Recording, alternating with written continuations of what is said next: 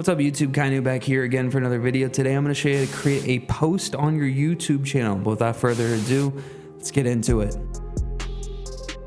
Alright, so here we are on my YouTube studio. You do have to unlock post. I think it's 100 subscribers, but I'm not 100% sure. I think you get channel URL and you get YouTube post when you hit 100 subscribers, but I'm not entirely sure about that. But the way you post your YouTube channel is by coming up to the top right and clicking on create and then going to create post. Once you click on create post, it's going to take you to the post page on your channel, and then you type in whatever you want to type in, and then you can add an image poll, a text poll, a quiz, or a video, and then you can post it now, or you can schedule a post for a later date. So let's say you want to post it tomorrow or the next day, you can schedule it to be posted then. And then you can also change the visibility to public or show channel members.